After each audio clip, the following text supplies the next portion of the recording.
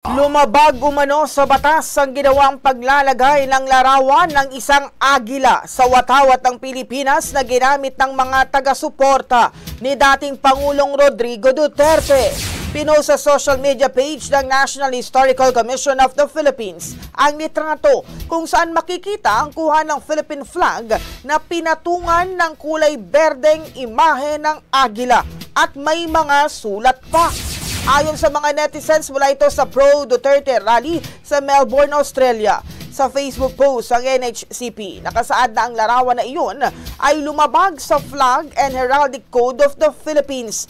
Ang watawat ng Pilipinas ay simbolo ng pagka-Pilipino at ng ating bansa, kaya dapat itong bigyan ng mataas na respeto. Ipinagbabawal na dagdagan ng anumang salita, figure, march o mark, larawan, disenyo, mga drawing, advertisements at iba pa ang ating watawat. Ang bahaging ito ay hatid sa atin ng Fast Relax. Tanggal ang sakit, ora mismo.